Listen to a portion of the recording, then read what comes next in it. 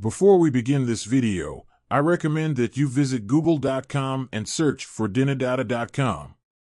This website is a great resource for the latest updates on Dinar Guru news, all conveniently located on one page. For more information, I encourage you to visit the site.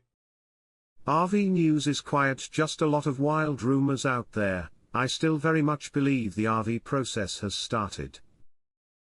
I have seen too much movement with things lining up and the organization of the historic bonds and believe the process has started. The question is, has it slowed down with things happening in the Middle East? And where we are at in the process. None of us have the complete manual on how it all will roll out. We just know that historic bonds are one of the first things to go, then we RV, then the reset, then currencies will move to parity. We know the process has started, the question is, where are we timing-wise? They're saying the US Treasury has taken over the Central Bank of Iraq. They have an entire floor at the CBI headquarters.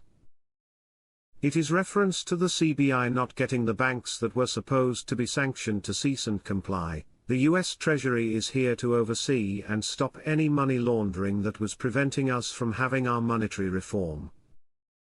Frank, not the whole building, just the second floor. This is ancient history.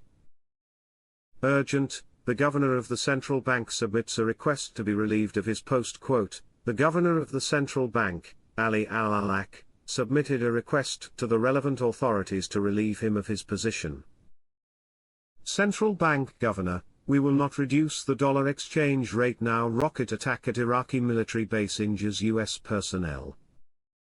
Yada, the Iranian once threatened to bomb a few months ago and it amounted to nothing. I'm of the same mind this time around. Still optimistic for where we are in the process, despite the many issues, Iranian bombing and stock markets drop. The RV is like a trump card to be played. The multi-currency practices are going to go away and ultimately they will apply a RIA or real effective exchange rate to Iraq's currency. Everything we are seeing is powerful evidence that the monetary reforms are on the table and they are knocking them out.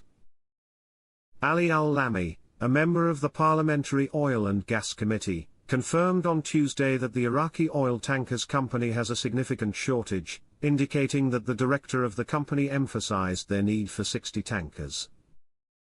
The Parliamentary Oil and Gas Committee hosted the Director General of the Iraqi Oil Tankers Company in Basra Governorate, to identify the most important obstacles and problems related to the company's work, Al-Lami stated.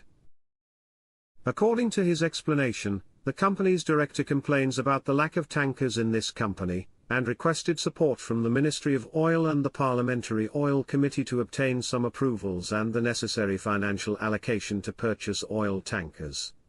Al-Lami brought up that the head of the Big Hauler organization affirmed during his facilitating in the Parliamentary Oil Board, the organization's requirement for 60 big haulers to address the issue and accomplish independence, showing that the cost of one big hauler arrives at $150 million, and that Iraq as of now possesses just 6 big haulers. Financial master Mustafa Hantush said on Tuesday that Iraq is presently going through a period of close complete breakdown in money-related strategies.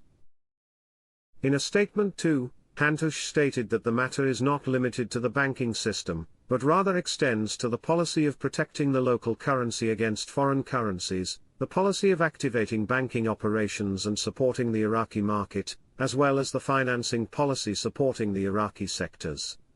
He added that the most important policies that could collapse at the present time are the policy of preserving the national banking system, and the policy of international monetary relations.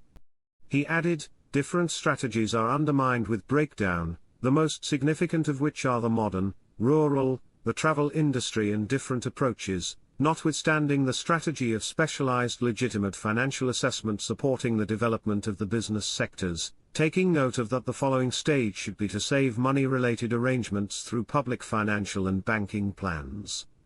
It is noteworthy that the Iraqi banks urged the Iraqi government to use every tool at its disposal to repair the damage to them, as well as to the Iraqi banking sector as a whole, and to provide the assistance required to resolve the situation.